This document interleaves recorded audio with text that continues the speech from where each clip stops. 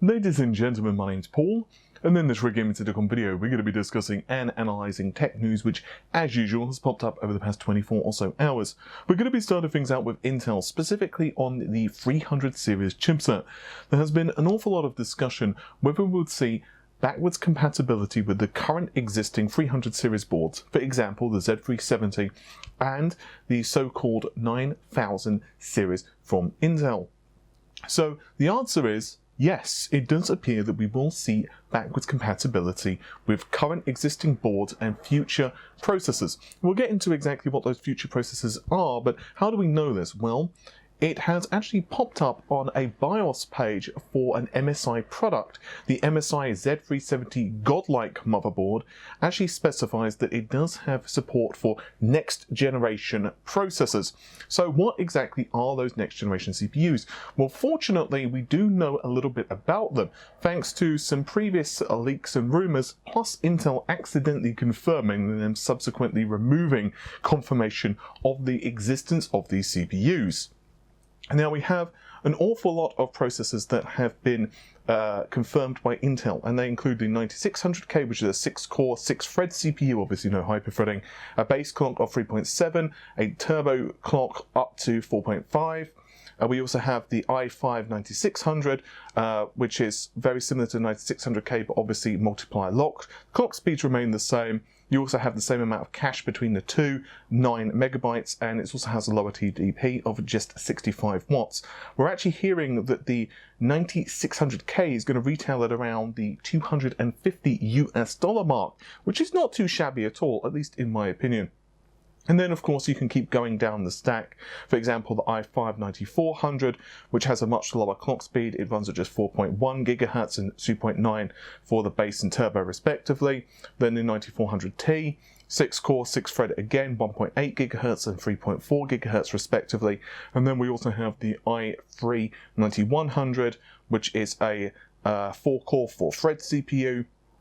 Has just 3.7 gigahertz on the base clock. We don't know the turbo, and we also have the 9000 series and the 9000T, both of which are 4-core, 4 threads, and those operate at a fairly nifty 3.7 and 3.2 gigahertz respectively. Now here's where things get a little complicated, and that is that despite the fact that they are known as the 9000 series, they are very similar, and that is putting it extremely mildly, to Coffee Lake.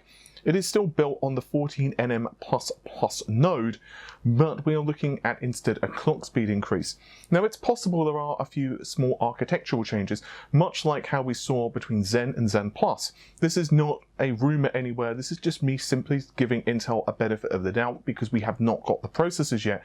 So if, for example, we run it on SysOft Sandra or some other benchmark and we see bandwidth differences across the core, then yes, we can say, okay, this has higher bandwidth, or this has higher latency, or no, this is not the case. All we have is a higher clock speed increase until we get confirmation one way or the other. That remains a bit of a mystery. But what we do know for certain is that they do have higher clock speeds up to a couple of hundred megahertz, which is still not too shabby. Things get a little more questionable though when we discuss the i9 9900K.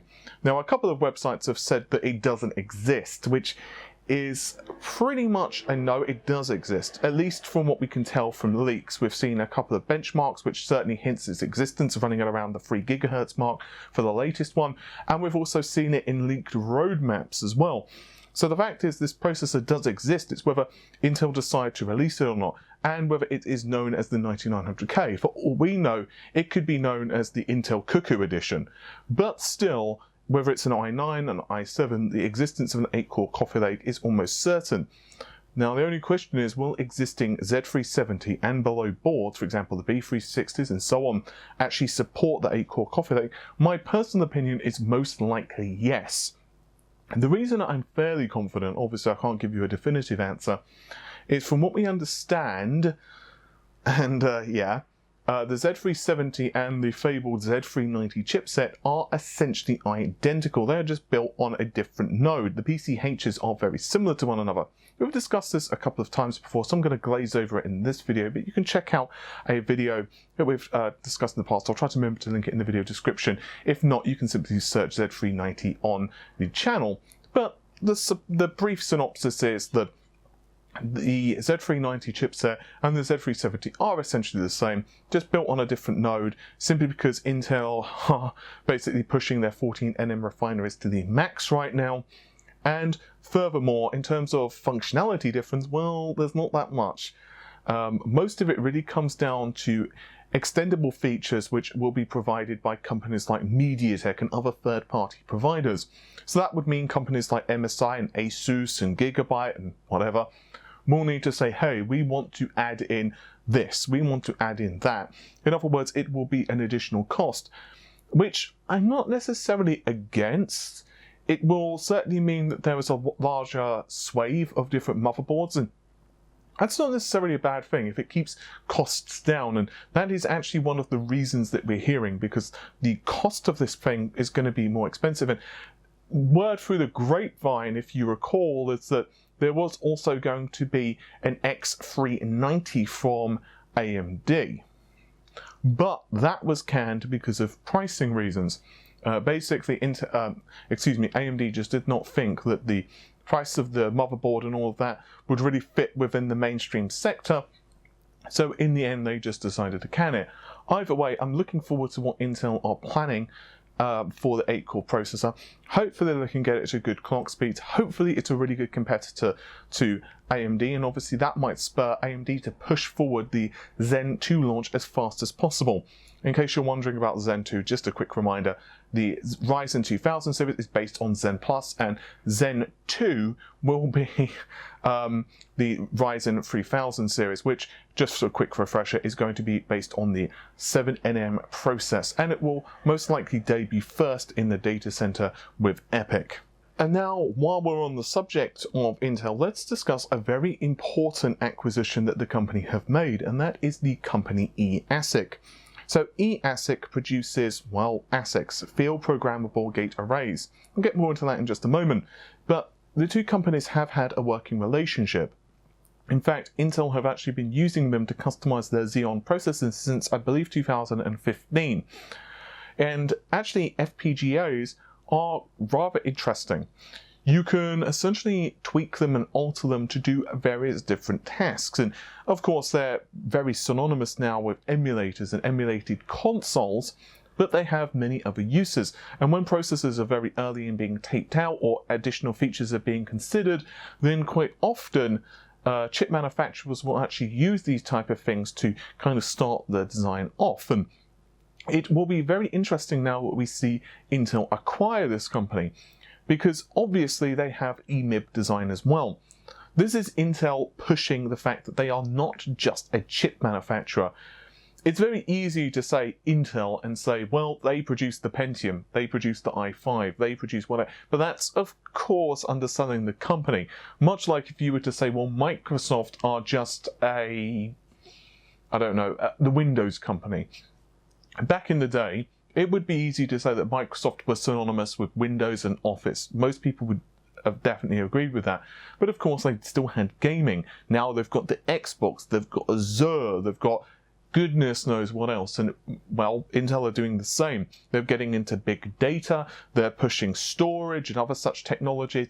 They're, of course, pushing the graphics technology with the acquisition of a lot of key personnel with the discrete GPUs. And now with this company, they are poised to actually be not just a dominant force in the industry, but much like AMD, and I've said before, AMD are a misnomer. They are a company which, on paper, should be worth so much more than what they are, because they can do everything. Not only can they produce custom SoCs, but they have an awful lot of talent. I mean, software engineers, hardware engineers. It's going to be very curious to see how Intel managed to accomplish the integration of their latest acquisition with this company. So eASIC is more of a structured ASIC, and engineers can actually design using FPGA. And Intel were actually using this back, as I just mentioned, in 2015. They were using this company, and they were using them to improve workflow, power performance, and so on for Xeon processors. Now, currently, they are actually using Global Foundries 28nm process, but after the deal goes through, which is expected to, it's most likely Intel will choose to transition the company to its own process technology, which will certainly be curious. Ultimately, this acquisition is important for multiple reasons. One, it helps Intel divest in a different range of processors and usage, but furthermore, it also enables them to really bolster its own components, for example, its CPUs and GPUs, and really be able to design some incredibly impressive technology in-house. And honestly, I think that this was an amazing purchase by Intel. And now on to the Xbox. Yet another very exciting update is rolling out for the Xbox One console. I have to say, Microsoft are just on top of it at the moment, pushing the technology of their system.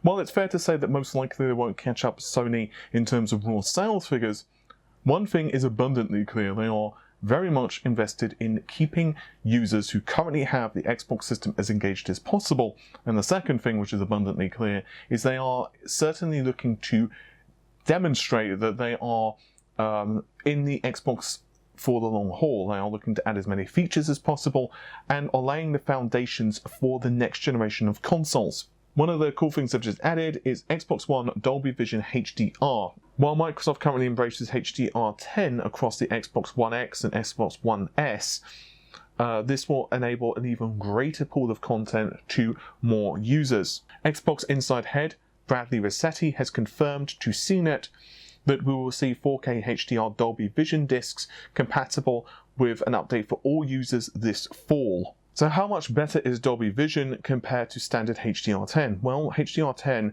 is able to hit 10-bit color with 4000 nits. This is compared to Dolby, which is 12-bit color and up to 10,000 nits of brightness, which means that image quality should be even more vivid and you should be able to improve even better picture quality. Now we're going to move over to our final piece of news, which is from AMD, and it tackles a couple of key promotions within the company. AMD have promoted Darren Grasby to be Vice President of AMD EMEA, and Mike Clark is promoted to an AMD Corporate Fellow. Now, Corporate Fellow is the highest engineering position for tech companies, so this is an extremely prestigious position, and Mike Clark himself was a lead architect of Zen. So the fact is they're obviously rewarding the fact that, well, Zen has been such a runaway success for the company. Promoting him just makes an awful lot of sense, and obviously they are keen to keep him within the company to continue to push technologies, as particularly when we know that AMD have plans for Zen 2, Zen 3 and Zen 5, and yes, they are skipping Zen 4 because from what we understand they just believe Zen 4 is bad luck just because of the culture in China and possibly other reasons as well, but that's what we're hearing. Anyway, I think that's just about it for this particular video. Hopefully you found it informative, fun and spiffy. I'll see you soon. Take care of yourself and bye for now.